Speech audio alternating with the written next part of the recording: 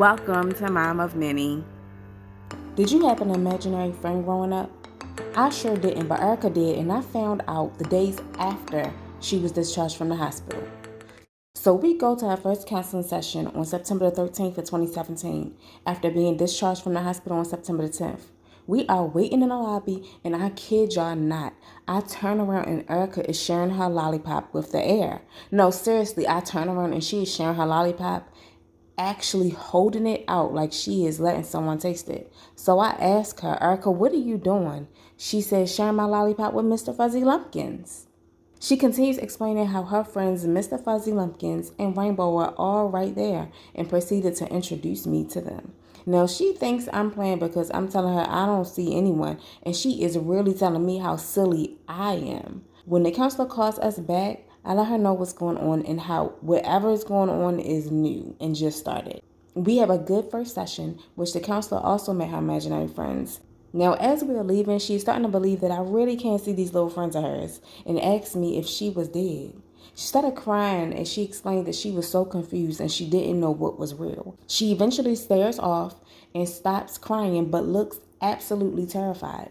Then she starts screaming in the car, saying, Mommy, Mommy, he's hitting you, he's hitting you. She is screaming and sobbing. Now I'm completely freaked out because she's describing something that happened 6 or 7 years ago right beside her and even looking in the same direction where she was sitting when she was little. Now, I never discussed this with her after it happened. I mean, she was a toddler and now she's 7 having a flashback. And I mean a clear, vivid flashback. Eventually, she is diagnosed with PTSD, but that part of our journey comes later on. I get her to come down and we finally make it home. While we're at home, another imaginary friend comes to visit and she introduces me to Candy.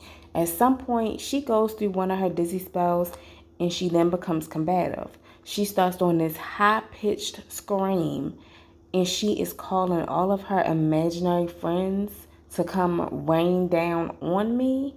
I still don't know what that phrase really meant or what she thought they were going to do to me. She started saying how she had to sacrifice herself for Candy. And at that point, she stood on the back of my sofa, which was in the middle of the floor, put her arms out like a T and attempted to make herself fall backwards. Now, I was able to catch her before she actually hit the floor. And I started trying to call her counselor to figure out what I should do next. But then she started seeing spiders and snakes everywhere and ran into the room onto the bed.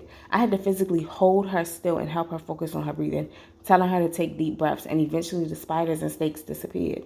I took her back to the ER, and you won't believe what took place at the hospital. Come back for part 2 of She Has Imaginary Friends. Please like, comment, and subscribe.